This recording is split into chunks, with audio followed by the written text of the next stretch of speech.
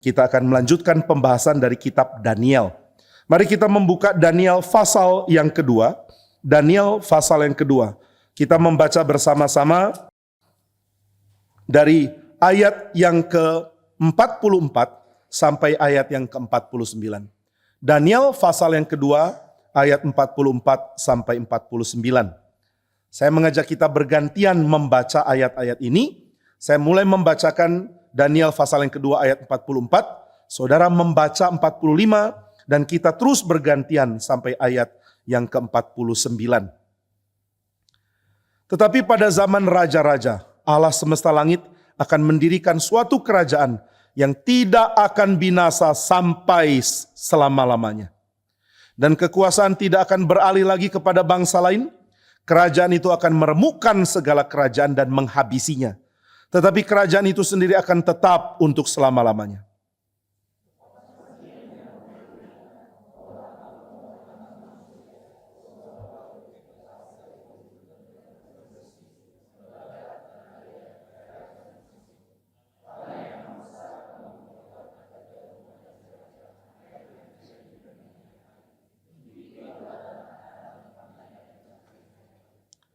Lalu sujudlah Raja Nebukadnezar serta menyembah Daniel.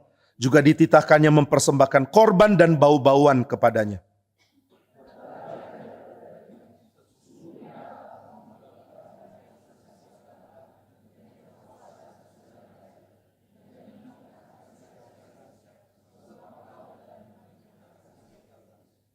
Lalu Raja memuliakan Daniel, dianugerahinya lah dengan banyak pemberian yang besar, dan dibuatnya dia menjadi penguasa atas seluruh wilayah Babel dan menjadi kepala semua orang bijaksana di Babel.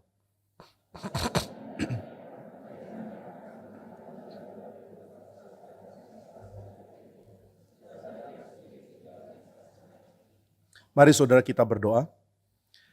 Bapa di surga, kami sungguh bersyukur sebab dengan firman-Mu lah kami dapat melihat apa yang akan terjadi di tengah-tengah dunia. Kami sungguh digentarkan dengan kondisi yang kacau dari pemimpin-pemimpin dunia yang mementingkan negaranya masing-masing. Kami bersyukur karena Tuhan kami adalah Allah yang mengatur segala sesuatu, sehingga kami tahu bahkan bangsa-bangsa yang ada di dunia pun ada di dalam pengaturan tangan-Mu. Kami mohon kami diberikan iman untuk melihat dan percaya kepada apa yang Tuhan tuturkan, sehingga kami tidak gentar dan goyah. Di tengah-tengah kondisi dunia yang tidak jelas, di tengah-tengah keadaan yang tidak tahu bagaimana kami bisa hadapi, kami tahu ada Tuhan yang mengatur segala sesuatu. Berikanlah firman-Mu melalui apa yang disampaikan pada hari ini oleh hamba-Mu yang hina. Biarlah melalui apa yang dinyatakan, kami melihat Raja kami, yaitu Kristus, akan bertakhta dan menaklukkan seluruh bangsa-bangsa di bawah pemerintahannya. Kami menantikan saat itu, dan sebelum saat itu tiba, kami mau berjuang di tengah-tengah sejarah.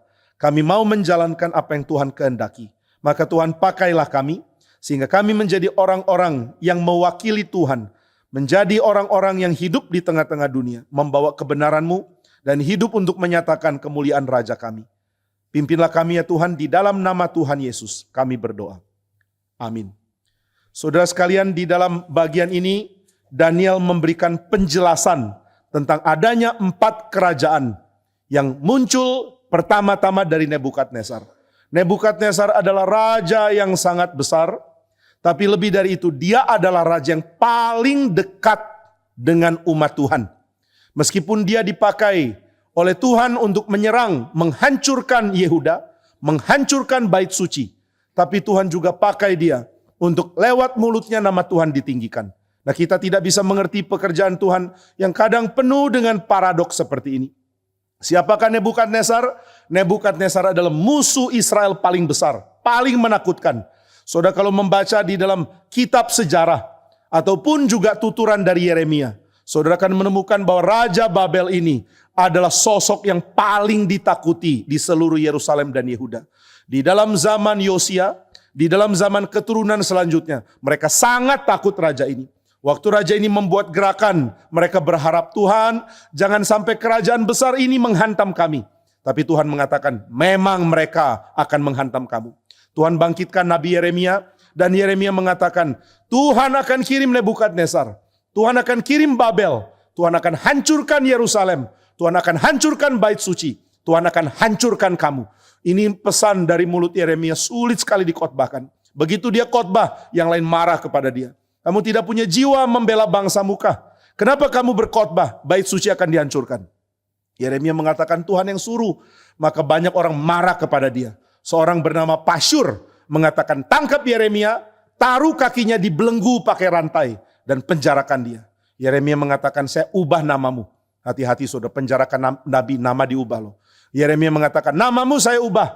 Bukan lagi Pasyur, tapi namamu adalah gentar setiap saat. Dari setiap jurusan hidupmu, kamu akan terus takut. Saudara, akhirnya benar. Pasyur dan seluruh Israel, Yehuda dan Yerusalem terus menerus ditakuti oleh kehadiran Babel. Mereka takut kalau Babel datang bagaimana perangnya. Mereka ini bangsa yang kejam, raja jahat seperti Nebukadnezar akan matikan kami semua. Maka saudara sekalian, di tengah ketakutan mereka mau memohon kepada Tuhan. Tapi Tuhan mengatakan, saya palingkan wajah saya dari engkau. Saya tidak mau mendengar doamu. Bahkan Tuhan mengatakan kepada Yeremia, jangan berdoa lagi untuk bangsa ini. Wah saudara, Israel berada dalam kesulitan besar. Tuhan sudah mau buang mereka. Dan Tuhan kirim Nebukadnezar untuk buang Israel, Yehuda dan Yerusalem ke pembuangan di Babel. Maka tokoh yang paling ditakuti adalah Nebukadnezar. Saudara, pasti pengharapan orang Israel dan Yehuda adalah supaya Tuhan hancurkan Nebukadnezar. Dia sudah menghancurkan bait suci. Tangannya penyebab bait suci hancur. Tuhan kutuklah dia, hukumlah dia. Tapi Tuhan justru kirim Daniel, kemudian Hananya, Misael dan Azaria untuk mempengaruhi raja ini. Raja ini bukan saja tidak dihukum oleh Tuhan, raja ini bahkan ditarik hatinya oleh Tuhan. Di dalam sejarah Israel ada gambaran tentang raja yang menyerupai singa tetapi punya hati manusia. Ini lambang Nebukadnezar. Dia raja yang kejam, raja yang mengerikan, tapi raja yang oleh Tuhan diberikan hati pertobatan, menjadi seperti orang yang mengenal Tuhan. Nah, maka Tuhan bekerja dengan cara yang sangat ajaib. Tuhan memihak kepada Babel dan menghancurkan Yerusalem. Tuhan mematikan raja Yehuda dan mempertobatkan raja kafir bernama Nebukadnezar. Hal-hal seperti ini sulit dibayangkan. Saudara, kalau jadi orang Yahudi baca ini sulit terima dalam hati. Kenapa Tuhan tidak lagi sayang umatmu? Tadi kita baca dari Yeremia, ada seruan yang sangat-sangat mengharukan. Seolah Yeremia mengatakan, Tuhan, apakah engkau sudah tidak ada daya? Yeremia begitu berat beban hatinya, sehingga dia pakai segala cara untuk membuat Tuhan mau mengampuni Yehuda. Mau memenangkan Yehuda dari musuh-musuhnya.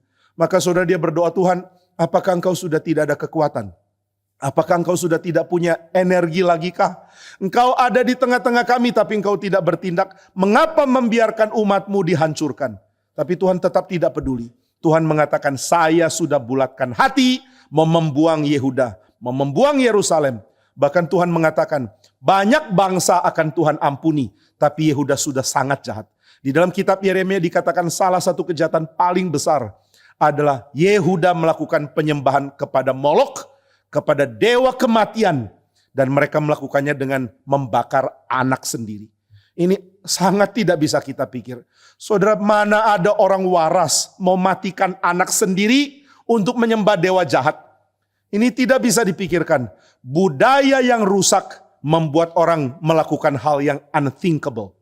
Sekarang kita melihat orang begitu rusak hidupnya. Ada orang-orang di dalam tradisi dan budaya yang rusak dari barat mengatakan pendidikan anak adalah pendidikan yang tidak boleh suruh anak mengetahui dia jenis kelamin apa.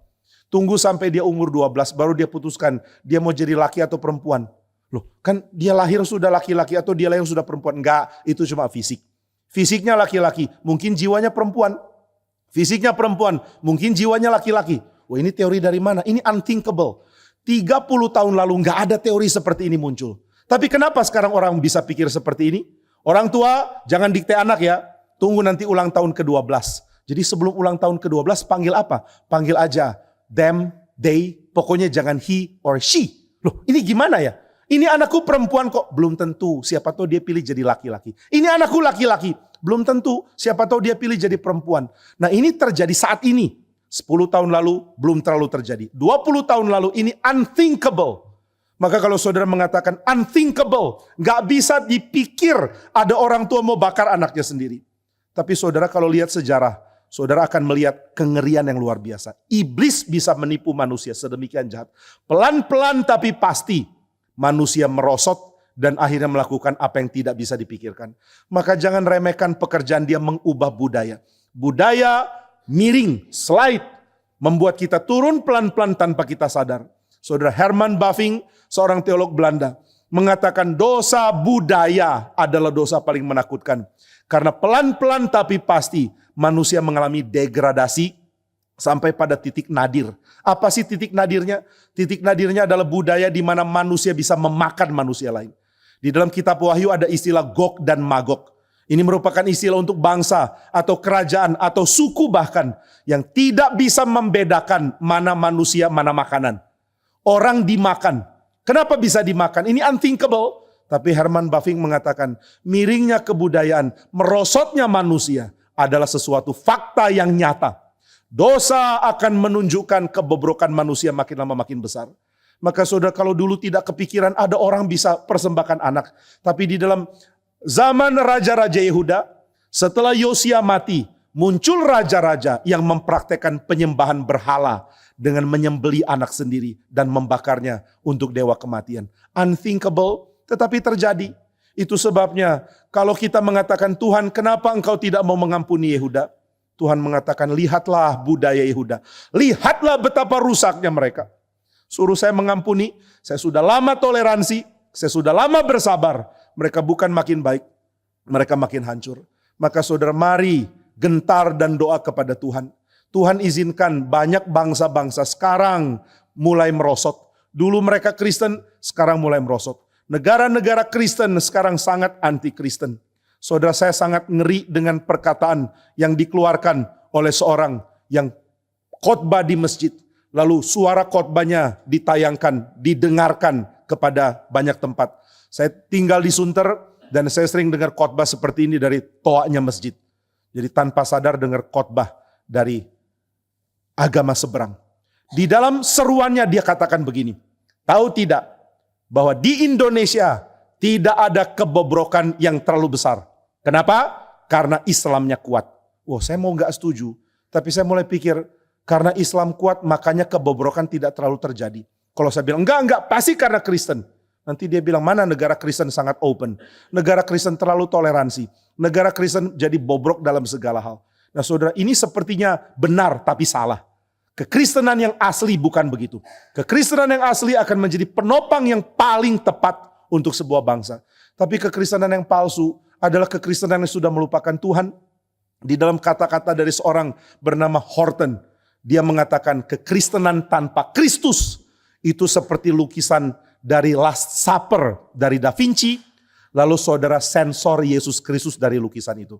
Saudara kalau lihat lukisan Last Supper di Santa Maria delle Grazie di Milan. Saudara kalau lihat lukisan itu, sekarang sudah nggak usah pergi ke sana, tinggal download dari internet. Kalau di internet ketemunya gambarnya sudah jelek, tinggal suruh AI perbaiki, semua jadi bagus. Daripada mahal-mahal pergi ke Milan, kemudian beli tiket masuk ke museum, lebih baik tabung, kemudian janji iman untuk tempat-tempat yang membangun. Nah saudara, waktu lihat gambar itu, saudara sadar gambar itu adalah gambar atau lukisan di mana Kristus adalah figur sentral yang tidak boleh tidak ada. Begitu saudara cabut Kristus dari lukisan itu, langsung terjadi 3 hal. Yang pertama adalah orang-orang jadi tidak balance. Yang kedua adalah mejanya jadi aneh. Karena kosong di tempat yang harusnya inti. Yang ketiga adalah seluruh garis di lukisan itu jadi aneh. Jadi ini unik sekali ya. Nggak ada yang menyangka loh bahwa Leonardo da Vinci bisa pikir sedalam ini. Coba cabut Kristus dari lukisan itu. Semua jadi aneh. Maka Michael Horton mengatakan, coba cabut Kristus dari budayamu. Semua akan jadi aneh. Saudara nggak usah percaya budaya Kristen kalau tidak ada Kristus. Christless Christianity adalah fakta yang terjadi di dalam dunia. Maka saya mau protes sama yang khotbah di masjid, tapi nggak bisa, nggak kenal orangnya. Kamu salah loh. Salah gimana? Banyak negara Kristen akhirnya LGBT. Banyak negara Kristen akhirnya pornografi, seks, pelacuran begitu bebas. Tapi saya akan mengatakan itu bukan negara Kristen, itu Christless Christianity. Christless Christianity is not Christianity. Kekristenan tanpa Kristus nggak boleh disebut kekristenan. Jadi tolong jangan ditipu seperti itu. Lalu saya ingin mengatakan, kalau ada agama mengklaim kami berhasil menahan pengaruh dari segala kebobrokan. Saya mau tanya, dihalangi pakai cara apa? Dihalangi pakai ancaman? Ancaman gak berhasil. Waktu kamu kuat kamu bisa ancam. Begitu kamu lemah, akhirnya ada balik. Orang marah dan mengatakan kami tidak mau kamu. Ini terjadi di Iran. Bisakah orang menahan dosa dengan kekuatan senjata? Gak akan lama. Pada waktunya orang akan berontak. Dan akhirnya yang katanya menggunakan agama untuk membuat teratur, akhirnya gagal. Gak bisa pakai opresi, gak bisa pakai ancaman. Kamu tidak boleh berdosa atau saya potong kamu. Itu gak akan berhasil. Kekristenan tidak pakai cara itu. Kekristenan menunjukkan hidup suci jauh lebih indah daripada kecemaran dunia. Hidup suci jauh lebih memberkati daripada dosa dunia. Inilah kekristenan. Nah maka saudara sekalian, waktu kita melihat keadaan di dunia kita menjadi gentar. Tapi Tuhan sudah memberikan peringatan. Setiap budaya menuju kemerosotan. Jika tidak ada pekabaran Injil, jika tidak ada kebangunan rohani, jika tidak ada suara dari gereja yang mempengaruhi umat Tuhan untuk bertindak, maka budaya akan hancur dan menjadi kebudayaan yang melakukan hal-hal yang tadinya unthinkable. Nah ini terjadi pada zaman setelah Yosia. Israel dan Yehuda begitu bobrok sehingga Tuhan mengatakan, saya tidak bisa tahan hati saya. Saya melihat umat saya begitu rusak. Saudara, Tuhan mencintai anak-anak kecil. Bayangkan berapa sakit hati Tuhan melihat anak-anak itu dikorbankan untuk setan. Tuhan marah sekali, maka Tuhan buang mereka dan Tuhan hukum mereka.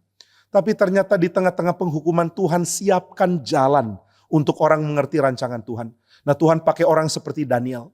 Daniel ada di pembuangan seperti sudah tidak ada dampak. Bagaimana saya bisa bertindak? Tapi Tuhan munculkan orang-orang seperti ini menjadi suara yang sangat bisa didengar. Saya sangat berharap orang-orang Kristen menjadi orang-orang yang bersuara di negara ini. Kita cuma tahu marah-marah sama pemerintah, tapi kita tidak melakukan tindakan yang menjadi berkat di tengah-tengah negara ini. Saudara, orang Kristen tidak dipanggil hanya untuk marah-marahin pemerintah. Kadang-kadang saya pikir gereja bisa salah mengerti posisinya ya. Gereja adalah tubuh Kristus yang bersaksi, bukan tubuh Kristus yang berdemo. Gereja adalah tubuh Kristus yang menyuarakan berita firman. Bukan kelompok yang bertugas untuk mengadakan hanya sekadar hate speech. Seruan-seruan marah, itu nggak ada gunanya. Kekristenan dengan stabil mempengaruhi. Kekristenan dengan stabil memperjuangkan hal yang menjadi berkat. Itu yang harusnya kita kerjakan. Saya kadang-kadang berpikir, waktu ada masa-masa orang marah sama pemerintah, orang mulai bertanya, di mana gereja? Ayo dong, kita berani demo, masa gereja diam-diam aja? Lalu apa gereja harus kebakaran jenggot? Yang pasti jenggotnya gak dipelihara, mana bisa dibakar. Apakah gereja harus ketakutan? Oh kalau gitu kita mesti demo juga ya, supaya kita menunjukkan diri peduli sama negara ini. Mari kita juga demonstrasi. Gak usah. Saudara, saya tidak mengatakan demonstrasi itu sesuatu yang bukan cara. Mungkin kita bisa lakukan. Tapi kalau mengatakan gereja harus tempuh cara ini, kalau tidak gereja tidak bersuara bagi kebenaran. Bagi saya itu hal yang aneh. Gereja Tuhan adalah kelompok umat yang ditebus oleh Kristus untuk menjadi gambar Allah yang sejati. Bukan untuk menjadi aktivis politik. Saudara mau jadi aktivis politik silakan. Tapi bukan dengan menjadi gereja. Lalu suruh gereja jadi aktivis politik. Itu bukan hal yang Tuhan inginkan. Nah saudara kalau lihat di dalam kisah Daniel. Hananya, Misael dan Azaria ditangkap. Lalu mereka ditaruh di istana. Saudara coba baca. Kapan Daniel mulai kumpulkan Azaria, Hananya dan Misael. Lalu mulai mengatakan, ini udah gak bener ya. Pemerintah Nebukadnezar kasar sekali. Ayo kita nongkrong di depan istana Nebukadnezar. Kita mulai bentangkan poster lalu teriak. Kalau berani lakukan itu, ya mereka habis. Loh kalau gitu mereka gak bersuara. Oh mereka bersuara. Mereka bersuara lebih efektif daripada aktivis manapun. Saudara kalau baca sejarah, tidak ada aktivis yang mampu mengubah kondisi jadi lebih baik. Belajar sejarah baik-baik supaya mengerti tidak lakukan kesalahan yang sama. Seluruh aktivitas dari para aktivis adalah aktivitas sudah diamati oleh musuh politik dari orang yang sekarang menjadi status quo berkuasa. Orang yang sedang pegang kuasa, orang yang sedang jadi incumbent selalu punya musuh. Dan yang jadi musuh selalu matanya lihat. Siapa yang tidak puas sama pemerintahan incumbent? Ayo gerak, ayo demo, saya akan dukung kamu. Tapi dukungan ini dukungan yang sangat licik. Maka demonstrasi para aktivis selalu akan ada dan ditunggu oleh orang-orang yang punya kepentingan. Maka saudara marah-marah sama pemerintah, nggak akan menolong apa-apa. Tapi melakukan tindakan dengan konsisten, tiap-tiap hari bersumbangsi, menjadi pegawai negeri yang baik, menjadi bisnismen yang baik, menjadi hakim yang baik, menjadi politikus yang baik, yang berani bertarung. Saudara saksikan akhirnya pelan-pelan Tuhan mengubah kondisi bangsa. Ketika kita pikir, oh iblis pasti menang, bikin budaya makin lama makin rusak. Tapi saudara, Tuhan akan mengatakan, coba lihat aktivisku yang bertindak dengan cara bersaksi bagi namaku. Orang-orang seperti Daniel, Hananya, Misael, dan Azaria. Mereka ketat untuk hal yang tidak boleh kompromi. Tapi mereka sangat-sangat halus masuk untuk memberikan pengaruh di tengah-tengah pemerintahan. Maka mereka tunggu waktu Tuhan. Mereka diam, mereka tunggu kapan waktu Tuhan tiba. Kalau waktu Tuhan belum tiba, mereka terus bersiap. Mereka bersiap dengan hidup kudus. Bagaimana sih menggoncang pemerintahan setan? Dengan hidup kudus. Jaga hidup kudus, Tuhan selalu pakai ini. Apa yang dilakukan Daniel, Hananya, Misael, dan Azaria atau Sadrak, Mesak, Abednego? Mereka tidak mau mencemarkan diri. Mereka tidak mau hidup kudusnya terganggu. Maka mereka bukan aktivis yang teriak-teriak, tapi mereka menjaga kehidupan suci. Dan kehidupan suci selalu dipakai Tuhan. Orang mulai lihat, ini 4 orang kok lain ya. Semua orang-orang pintar dari bangsa-bangsa lain gampang digoda untuk melampiaskan hawa nafsu. Tapi 4 orang ini disuruh makan makanan enak yang dimakan raja-raja pun mereka nggak mau. Wah, ini kengototan yang luar biasa. Mereka ngotot dalam hal ini menjadi simbol dari kengototan mereka untuk memelihara hidup suci di dalam segala aspek. Nah maka saudara sekalian, Tuhan pakai mereka pada waktu Tuhan akan pakai. Tapi sebelum waktu itu tiba, mereka menjaga diri dengan kehidupan yang kudus. Mari bersaksi di tengah-tengah bangsa ini. Bagaimana Pak dengan masuk politik? Jadi gubernur DKI atau dengan melakukan aktivitas demo? Bukan. Tapi dengan memelihara hidup kudus. Menunggu Tuhan tempatkan kita. Saya berbicara dengan seorang tentara waktu saya di Bandung. Dia ada di dalam sebuah kesatuan yang menjadi kesatuan cadangan. Saya diingatkan waktu kebaktian 1 saya pakai kata cadangan. Jangan pakai cadangan Pak. Kata cadangan dalam bahasa Indonesia kurang baik. Pakai kata reserve. Jadi ini pasukan reserve. Ya sama aja cadangan. Nah pasukan reserve, pasukan cadangan tentara. Pasukan cadangan itu apa? Saudara jangan salah ngerti ya. Pasukan cadangan itu bukan pasukan level 2 yang nanti baru main kalau pemain utama cedera. Itu cadangan sepak bola. Kalau dalam permainan sepak bola atau basket, mungkin sepak bola lebih tepat ya. Ada pemain yang kerjanya jadi pemain cadangan. Pemain cadangan itu ngapain? Duduk di pinggir lapangan sambil memohon. Ada yang cedera dong, ada yang cedera. Kalau enggak saya enggak main-main. Ayo cedera. Aduh enggak cedera. Nah begitu ada yang cedera, pelatihnya bingung. Waduh pemain utama cedera. Gimana ya? Ya sudah lalu cadangan. Ya udah masuk. Oke Pak pelatih, coach. Saya mesti ngapain? Ya pokoknya jangan bikin kacau aja, saya udah seneng. Udah jangan bikin kacau lah, saya tahu bakatmu. Itu pemain cadangan sepak bola. Tim atau pasukan cadangan tentara itu lain. Pasukan cadangan tentara adalah pasukan sangat kuat. Kenapa mereka bisa sangat kuat? Karena mereka disimpan, ditaruh di satu tempat. Kerjanya cuma latihan perang. Nah, maka waktu saya bicara dengan salah satu jemaat ini, dia mengatakan, maaf ya Pak, saya cuma diizinkan keluar hari Minggu untuk kebaktian. Ikut PA sudah pasti nggak bisa. Ikut pembinaan sudah pasti nggak bisa. Kenapa? Kami nggak boleh sering-sering keluar. Belanja pun jarang. Oh kerjaannya di kompleks militer itu ngapain? Kerjanya adalah olahraga, latihan perang, latihan tembak, latihan segala hal. Mempersiapkan diri untuk perang. Jadi tiap hari latihan perang. Nah gimana nggak kuat? Sedangkan tentara-tentara lain ada yang sambil latihan perang sebentar, setelah itu nongkrong, keliling-keliling, kemudian jalan. Ini nggak semua tentara kayak gitu ya. Nanti habis ini saya dicegat sama tentara di depan. Nah saudara, mereka melakukan banyak hal, tapi pasukan cadangan ini cuma tahu latihan, cuma tahu persiapkan diri untuk perang. Maka kalau dari pemimpin militer tertinggi, presiden atau menhan atau siapapun mengatakan, sekarang pasukan cadangan ini terjun, nah mereka akan jadi pasukan sangat kuat, memberi darah baru di dalam pertempuran. Nah semua negara yang militernya kuat, punya reserve, punya pasukan cadangan sangat kuat. Nah maka saudara coba pikirkan, engkau adalah pasukan reserve-nya Tuhan. Kalau engkau belum diterjunkan, saya nggak tahu loh Tuhan panggilanku apa. Apakah aku di dunia bisnis, atau aku di penginjilan, atau aku jadi hamba Tuhan, atau aku menjadi orang yang terjun di dalam pemerintahan. Aku belum tahu. Gak apa-apa, belum tahu. Terus mesti ngapain sekarang? Pelihara hidup kudus. Pelihara hidup kudus. Daniel, Sadrak, Mesak, dan Abednego lakukan itu. Kapan waktunya mereka tampil? Gak tahu. Tapi jaga hidup kudus. Nah, maka waktunya tiba. Waktu Nebukadnezar mimpi. Nah, menarik ya. Tuhan berikan Nebukadnezar mimpi. Langsung Daniel mempunyai pekerjaan untuk dilakukan. Nah, saya pikir-pikir di gerakan reform Injil agak mirip. Kapan kita mulai kerja kalau Pak Tong dapat mimpi gitu ya, atau Pak Tong dapat dorongan. Saya mau adakan kin, langsung semua kita jadi sibuk. Oke lah, tapi Pak Tong bukan Nebukadnezar, jangan lapor itu. Nah saudara, waktu Daniel tunggu Tuhan kapan aku bertindak, saya nggak tahu. Pokoknya saya tidak mau ikut cemar. Kalau orang lain pesta-pesta nggak karu-karuan, saya nggak mau. Kalau yang lain longgar di dalam hal kekudusan, saya nggak mau. Terus bagaimana? Ya pokoknya saya jaga hidup seperti ini. Kapan dipakai? Nggak tahu, terserah Tuhan. Dipakai di dalam bidang apa juga nggak tahu. Nah mendadak Tuhan kasih mimpi sama Nebukadnezar. Nebukadnezar mimpi ada patung 4 bahan. Ada patung kepala dari emas, kemudian tembaga, kemudian besi, kemudian dari tanah liat. Lalu Nebukadnezar dalam mimpi lihat ada batu yang digulingkan bukan oleh tangan manusia. Hantam patung itu. Patungnya hancur dan batu itu menjadi gunung yang penuhi seluruh bumi. Wah, Nebukadnezar panik. Ini mimpi apa ya? Nah, di dalam dunia kuno kalau raja mimpi itu berarti ada pesan yang bersifat kebenaran mau disampaikan.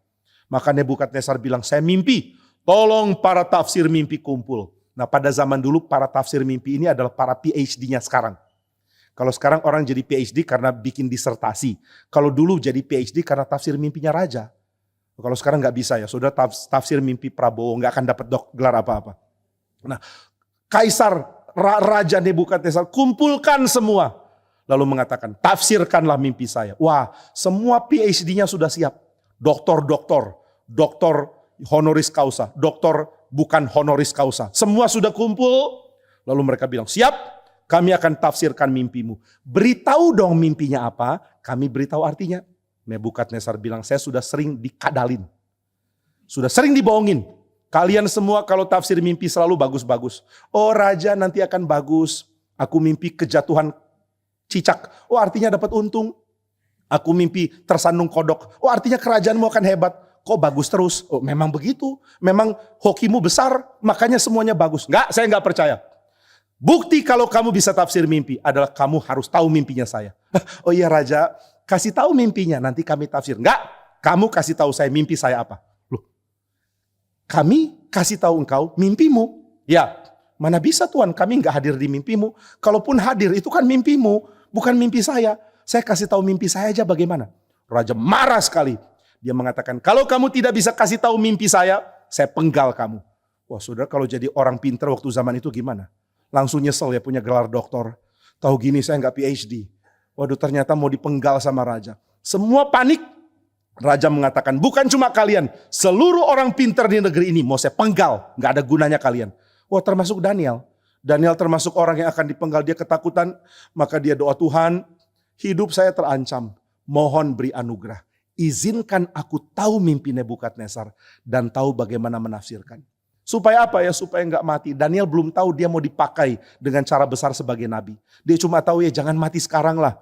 Kalau masih bisa hidup mendingan. Hidup memang baik meskipun penuh kesulitan daripada mati.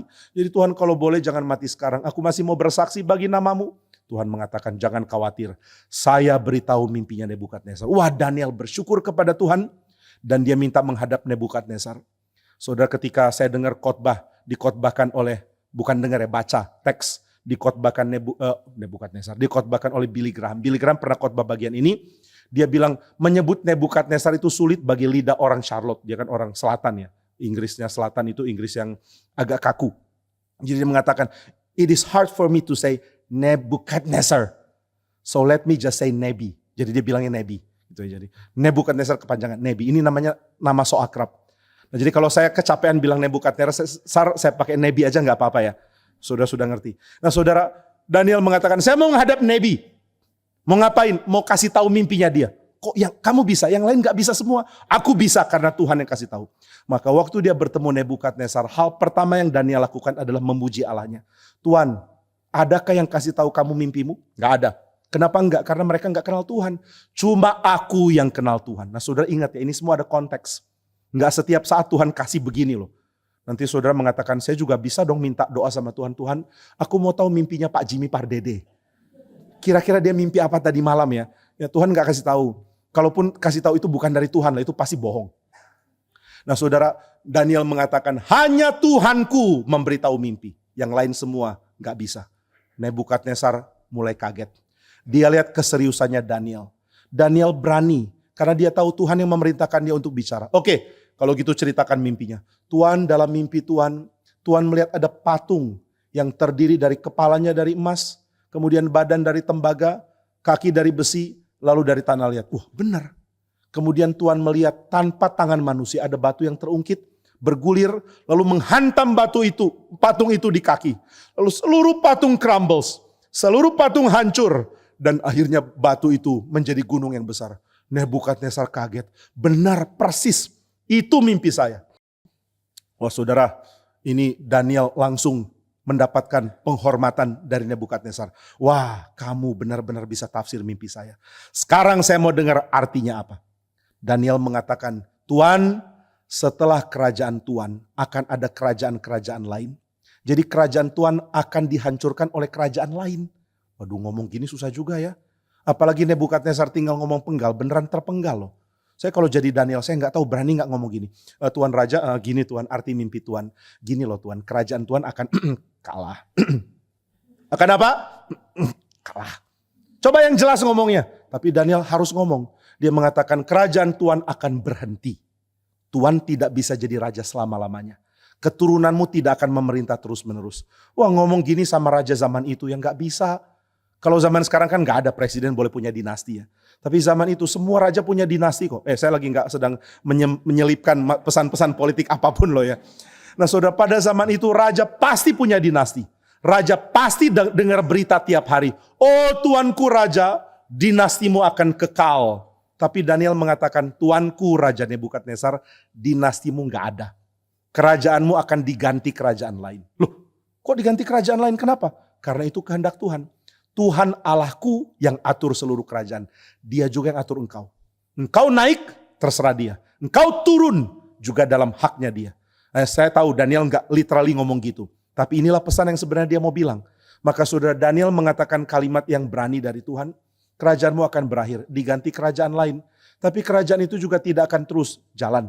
Kerajaan itu akan diganti kerajaan lain lagi. Banyak orang coba tafsirkan makna 4 kerajaan yang Daniel bagikan. Ada banyak penafsir, ada 2 yang paling populer.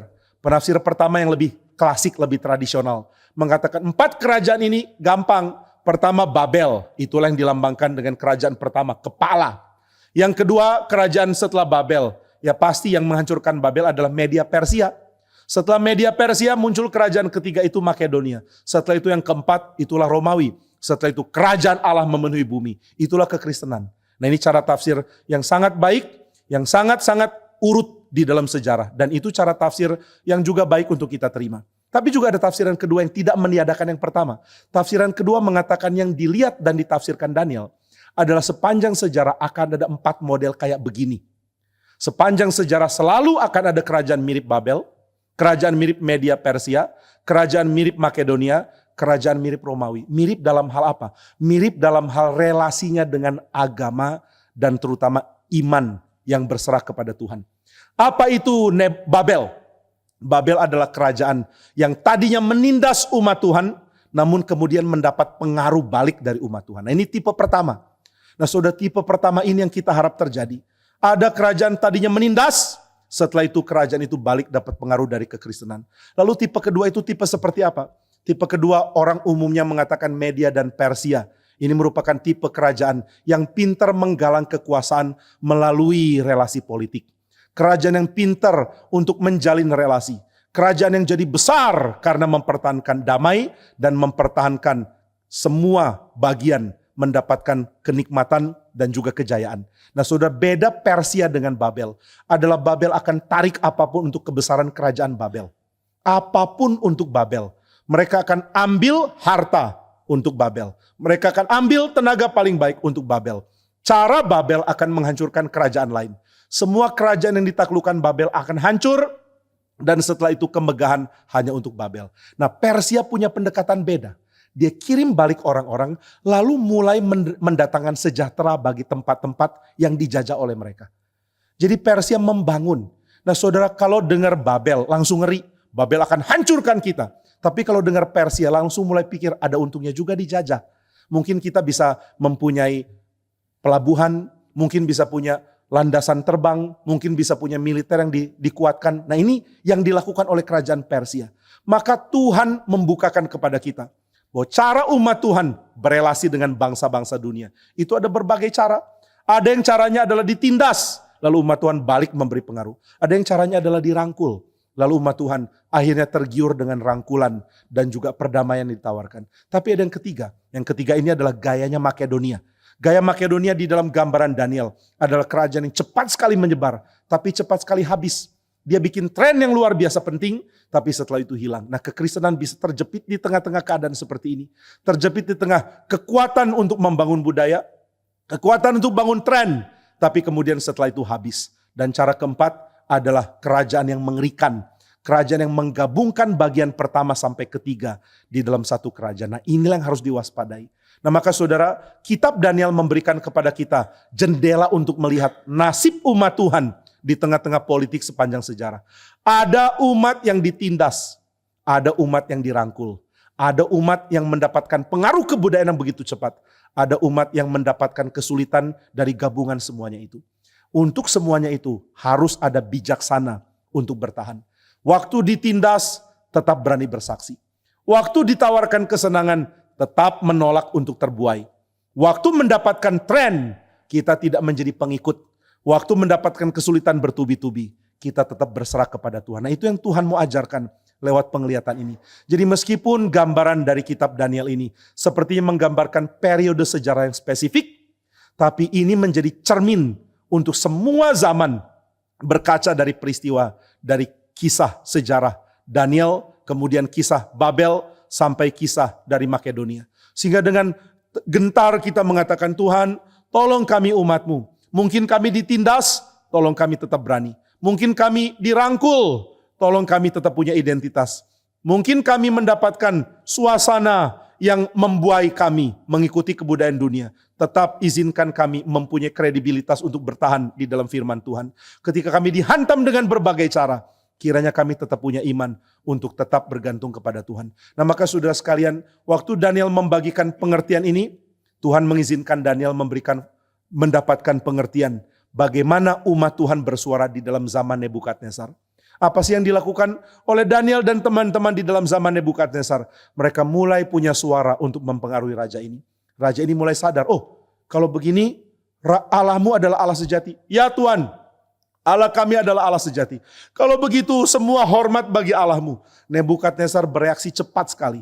Langsung dia umumkan, saya menghormati Daniel, saya menyembah Allahnya Daniel. Nah meskipun tidak ada catatan kalau Nebukadnezar mempunyai penyembahan yang wholeheartedly hanya kepada Tuhan, itu tidak dicatat.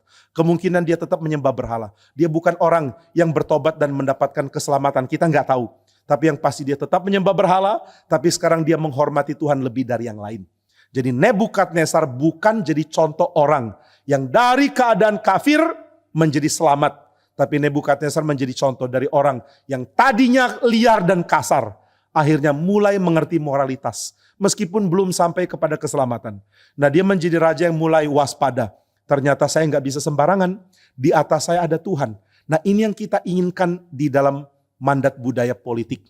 Di dalam politik mungkin kita tidak bisa menjadikan pemerintah jadi Kristen. Mungkin kita tidak bisa berkhotbah di istana dan membuat orang yang ada di kepemimpinan tertinggi negara ini menjadi Kristen. Mungkin bukan. Kita harap bisa, tapi belum tentu itu bisa dilakukan. Tapi ada yang kedua. Yang kedua itu apa? Memberikan pengertian yang memunculkan hati nurani seorang pemimpin. Di dalam buku City of God dari Agustinus, Agustinus mengatakan tugas orang Kristen itu ada dua. Yang pertama adalah mengerem nafsu berkuasa dari pemimpin. Yang kedua adalah menggairahkan pemimpin untuk menyukai keadilan dan kepantasan. Raja harus menahan diri. Raja harus mempunyai keadilan. Nah inilah yang harus disuarakan oleh umat Tuhan. Maka umat Tuhan harus mengkritisi keserakahan di dalam diri pemimpin. Umat Tuhan juga harus mendorong pemimpin untuk mengetahui keagungan menjadi pemimpin di dalam nurani yang tunduk kepada kebenaran Tuhan. Nah, ini yang dilakukan Daniel. Daniel mengatakan, ada Allah di atas engkau ya Raja. Takutlah akan Dia. Jangan sembarangan bertindak. Jangan sembarangan melakukan apa yang kamu mau. Sebab Tuhan akan menghakimi. Tuhan akan menimbang. Dan Tuhan akan memutuskan kapan kerajaanmu kokoh. Kapan kerajaanmu dihancurkan. Nah saudara, Daniel adalah gambaran puncak dari pengaruh umat Tuhan kepada pemerintah. Tapi Daniel ini menjadi gambaran puncak yang mungkin bukan berada pada periode kita sekarang. Namun kita berharap pada suatu saat akan ada suara dari umat Tuhan yang didengar dan mempengaruhi pemerintah. Ini momen tidak selalu muncul. Namun saudara dan saya harus menginginkan momen ini muncul. Saya kadang-kadang melihat bagaimana pendeta Stephen Tong sangat ingin apa yang dikerjakan oleh gerakan ini didengar oleh pemerintah. Pak Tong membuat concert hall dan dia berharap pemerintah tahu apa yang kita kerjakan. Pak Tong berharap khotbahnya bisa didengar di istana. Kenapa begitu? Karena dia berharap periode seperti periode Daniel bisa terjadi lagi. Di mana suara umat Tuhan mulai menyentuh hati nurani dari seorang raja. Nah, saya pikir sangat penting bagi kita untuk bergumul tentang hal ini. Kita ingin negara kita jadi baik. Negara kita akan ditumpas oleh Tuhan kalau negara kita rusak. Lalu bagaimana caranya supaya Tuhan beranugerah bagi negara ini?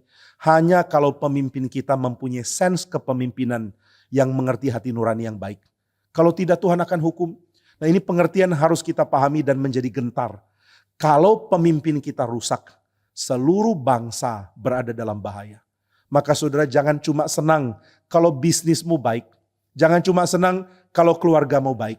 Keluarga kita baik, bisnis kita baik, pekerjaan kita baik. Itu oke, itu menyenangkan, itu juga berkat Tuhan. Tapi pertanyaan berikutnya, pemerintah kita baik atau tidak? Apakah pengelola negara ini bertanggung jawab di dalam kepengelolaannya? Kadang-kadang saya berpikir, begitu banyak hal yang diabaikan oleh pemimpin-pemimpin kita, baik yang di pusat maupun daerah. Beberapa kali terjadi banjir, kemudian baru ada tindakan menggali dan mengeruk kali, sungai. Saya bingung, sudah banjir baru dikeruk. Kenapa sebelum banjir gak dikeruk? Lupa.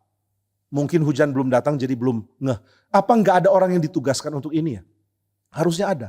Saya pernah bicara dengan istri saya dan istri saya mengatakan, saya sangat gemes dengan orang yang punya kuasa tapi gak memperhatikan untuk menggunakan kuasanya supaya ada tindakan terjadi. Dan dia mengatakan jangan sampai kita jadi orang seperti itu. Jika engkau bisa gerakan orang, pastikan orang bergerak untuk menjalankan tanggung jawab yang Tuhan percayakan. Nah, ini membuat saya juga gentar. Jangan-jangan saya menjadi gembala sidang yang lalai memperhatikan jemaat karena lupa menggunakan atau bekerja bersama-sama dengan pengurus yang ada. Saya lupa menggerakkan mereka untuk memperhatikan jemaat lain misalnya. Sehingga saya sama bobroknya dengan pemerintah yang lalai menggunakan semua tools yang ada untuk mendatangkan kesejahteraan bagi rakyat. Nah kadang-kadang kita berpikir kalau keadaanku aman semua baik. Enggak tentu. Negara kita harus diperhatikan. Tuhan memerintahkan murid-murid, pergilah jadikanlah semua bangsa murid. Nah ini tugas kita. Biarlah bangsa ini juga bisa menjadi murid Tuhan. Biarlah bangsa ini bisa belajar hati nurani dari kekudusan dan juga hati nurani umat Tuhan. Nah maka kita mengharapkan ada suara seperti Daniel didengar oleh pemerintah untuk membangkitkan hati nurani mereka. Bukan cuma suara marah. Marah itu gampang. Tapi memberikan dorongan untuk adanya hati nurani. Ini yang jadi lebih sulit namun jauh lebih agung. Biarlah kita menjadi orang-orang sedemikian. Berdoa untuk pemerintah, yaitu supaya pemerintah punya hati nurani yang pantas dimiliki oleh pemimpin-pemimpin. Sebab Tuhan memperhatikan para pemimpin. Tuhan sedang lihat pemimpin kita. Kamu bobrok atau tidak? Kalau bobrok, saya hukum negaramu. Dan negara kita akan dihukum, termasuk kita ada di dalamnya. Saudara bilang, loh kita kan gak salah.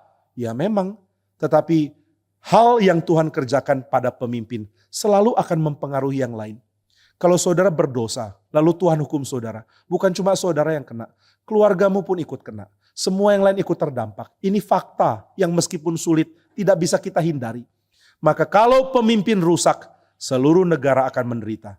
Doakan baik-baik pemimpin kita dan kita berharap suara seperti suara kenabian dari Daniel bisa muncul dan diperdengarkan sampai kepada pemimpin-pemimpin kita. Biarlah ini jadi doa kita, kerinduan kita. Supaya Tuhan menjawab. Mari kita berdoa. Bapa di surga, kami rindu melihat bagaimana Tuhan bertakhta di tengah-tengah kerajaan yang ada. Tuhan, kami belum membahas bagian di mana Tuhan mengangkat Kristus menjadi Raja, namun kami sudah membahas bagian di mana hati nurani pemimpin harus dimunculkan melalui suara dari umat Tuhan. Tuhan, tolong kami mendoakan pemimpin kami, tolong kami mengharapkan ada suara yang akan menggugah hati nurani para pemimpin kami.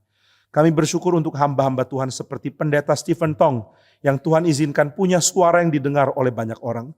Suara yang juga mulai didengar oleh pemerintahan kami. Kami mohon bangkitkan lebih banyak orang-orang untuk menyuarakan suara kebenaran Tuhan kepada pemimpin-pemimpin kami. Sehingga pemimpin-pemimpin kami mulai diusik hati nuraninya dan mau bertobat dan tunduk kepada kebenaran. Kiranya Tuhan menyertai kami semua. Di dalam anugerah-Mu kami mau berharap dan di dalam belas kasihan-Mu kami mau meminta. Di dalam nama Tuhan Yesus kami berdoa. Amin.